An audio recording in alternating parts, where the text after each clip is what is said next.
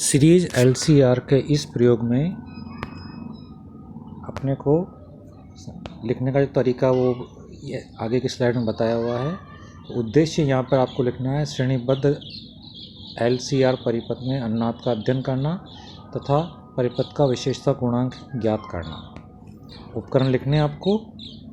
सिद्धांत जो देखिए इसमें फाइल में लिखा हुआ है, श्रेणी LCR परिपथ में प्रतिरोध R के दोनों सिरों के बीच विभवांतर VR = IR का मापन करके परिपथ में धारा का मान ज्ञात कर लेते हैं और धारा I और बाह्य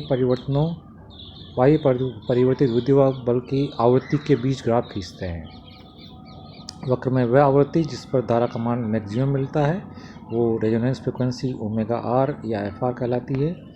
और जो सूत्र यहाँ पे काम आते हैं वो विशेषता गुणांक का सूत्र है Q = ω/ω2 - ω1 या FR/F2 - F1।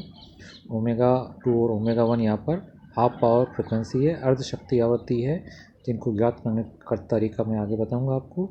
और सैद्धांतिक मान जो होता है Q का वो ये होता है ω/L/R या 2πFR/L/R, जिससे कि और यहाँ पर जो ω/R है वो 1/√LC या FR = 1/2π√LC होता है। प्रेक्षण कैसे लेने? प्रेक्षण यहाँ जो आपको बॉक्स मिलेगा, बना बनाया बॉक्स है यहाँ पर ओमेगा का, उसमें प्रेरकत्व L = 150 मिली हेनरी पर रखें, C = 0.002 माइक्रो फैराडे पर रखें। श्रव्य आवृत्ति जनित्र द्वारा प्राप्त जो निर्दिष्ट वोल्टता है उसके मान भी अपन फिक्स कर देते हैं। ये सर्किट बनता है, देखें यहाँ पर L इंडक्टेंस है, C कैपेसिटेंस है, कंडेंसर, R रेजिस्टेंस के सिरों पर वोल्टेज मेजर करते हैं और नीचे की तरफ यहाँ पर AC सोर्स बता रखा है। श्रव्य आवृत्ति 2 लीटर कहते हैं। इसमें धारा की दिशा नहीं बताई जाती है क्योंकि यहाँ पर प्रतिवर्ती धारा काम आती है, प्रतिवर्ती वोल्टता काम आती है। तो यहाँ जो वोल्टेज मेजरमेंट का सिस्टम है वो भी AC वाला काम लेते हैं, DC वाला वोल्टमीटर काम नहीं करता है। प्रेक्षण सारणी में देखिए, प्रेक्षण सारणी में प्रेरकत्व का मान लिखा है, धारिता का मान लिखा हुआ है। यहाँ पर देखिए जो लैब के अंदर बॉक्स है उस बॉक्स में L और C की वैल्यू परिवर्तनशील भी होता है वहाँ पर। तो L के कोई स्टैंडर्ड मान इस तरह फिक्स करते हैं जिससे कि ω/R का मान अपने को जो अनुनादी जो अपन ने फ्रिक्वेंसी के लिए अपन ने ऑसिलेटर काम लिया है उसके फ्रिक्वेंसी के बीच में हो। तो यहाँ पर L और C का मान इस प्रकार चूज़ किया है कि L = 150 मिली हेनरी, ये मिली हेनरी है, C = 0.002 माइक्रो फैराडे। ठीक है, तो प्रेक्षण सारणी बना रखी, देखिए आवृत्ति लिखी सबसे पहले, फिर R1 जो रेजिस्टेंस यहाँ पर 2 रेजिस्टेंस काम में लेना है। पहले रेजिस्टेंस 510 के लिए, दूसरा 1500 के लिए। तो आवृत्ति 6 किलोहर्ट्ज़ या किलोहर्ट्ज़ है, ये 6 किलोहर्ट्ज़, 7 किलोहर्ट्ज़, 8 किलोहर्ट्ज़, इस प्रकार से अपन आवृत्ति ली है। ये देखिए ये 16 किलोहर्ट्ज़ तक ली है और इनके ऊपर इस आवृत्ति पर जो रेजिस्टेंस काम में लिया उस रेजिस्टेंस पर जो ऑब्टेन हो रहा है वोल्टेज वो नोट कर रखा है। यानी R1 = 510 के ऊपर जो वोल्टेज मिला है 5.2, 6, 6.4 वोल्ट, ये AC वोल्टेज मिला है, देखिए इस प्रकार लिखा हुआ है।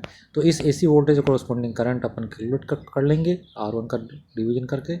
इस प्रकार से फिर रेजिस्टेंस को चेंज करेंगे, R2 = 1500 ओम, तो उसके लिए वोल्टेज ऑब्टेन किया, इसके लिए वोल्टेज निश्चित रूप से कम मिलेगा चूँकि रेजिस्टेंस ज़्यादा है इसलिए वोल्टेज कम मिलेगा। यहाँ पर देखिए वोल्टेज लिखा है उन्होंने, ठीक है। तो इस प्रकार से यहाँ पर डिफरेंट ये यहाँ पर देखिए 3.50 के बाद 2.132 है, जाना होगा गलत लिखा हुआ है इसके अंदर। तो इस प्रकार से कॉरस्पॉन्डिंग अपन यहाँ पर करंट निकाल सकते हैं। करंट ऑब्टेन होने के बाद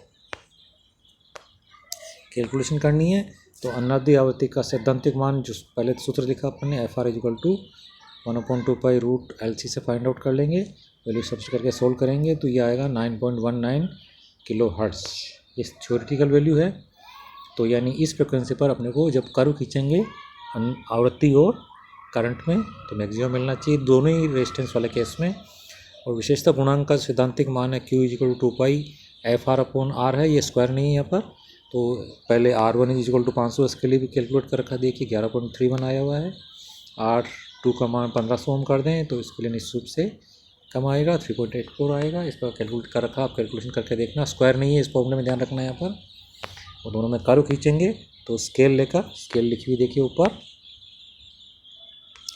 स्केल लेके अपन यहाँ पर कर्व खींचेंगे तो लेफ्ट साइड में यहाँ पर करंट लिए और नीचे की तरफ यहाँ पर फ्रिक्वेंसी लिए, तो हाई रेजिस्टेंस वाला जो कर्व वो नीचे आएगा, लो रेजिस्टेंस वाला कर्व ऊपर आएगा।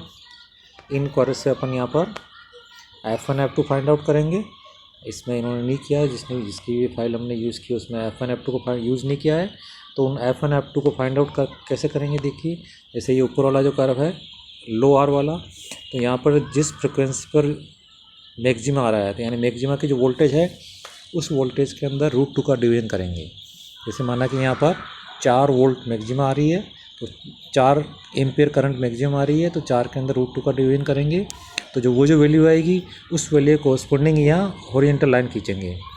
और वो हॉरिजॉन्टल लाइन ये ऊपर वाला कर्व है, इसको जहाँ काटेगी उसके कोरस्पोंडिंग खड़ी लाइन नीचे तक खींचेंगे, यानी एक्स एक्सिस पे खींचेंगे। एक्स एक्सिस पे जहाँ 2 फ्रिक्वेंसी मिलेगी वो 2 हाफ पावर फ्रिक्वेंसी ω1 ω2 या F1 F2 कहलाएगी। फिर उस F1 F2 को यूज़ करके यहाँ पर जो पहले फॉर्मूला लिखा था अपन ने Q = FR upon F1 F2, तो FR भी यहाँ पर प्रैक्टिकल वाली लेंगे जो प्रैक्टिकल ग्राफ में ऑब्टेन हुई है, और F1 F2 भी यहाँ पर प्रैक्टिकली जो मिली है इस पहले वाले कर्व के लिए यानी 500 के लिए, और उससे जो Q1 मिलेगी उस Q1 को भी कैलकुलेशन करनी, इस फाइल में नहीं कर रखी थी। इस प्रकार से दूसरे कर्व के लिए फिर वापस करेंगे। दूसरे कर्व में जहाँ मैक्सिमा आ रहा है उस मैक्सिमा के अंदर √2 का डिवीजन करेंगे करंट में, वो जहाँ काटेगी अपन को इस एक्स एक्सिस पर उस कोरस्पोंडिंग लाइन खींचेंगे, और फिर खड़ी लाइन खींच के नीचे F1 F2 दूसरे कर्व के लिए फाइंड आउट करेंगे। दूसरे कर्व के लिए F1 F2 ज़्यादा होगी इस रूप से, तो उस ज़्यादा के लिए Q का मान इस रूप से वापस कम मिल जाएगा।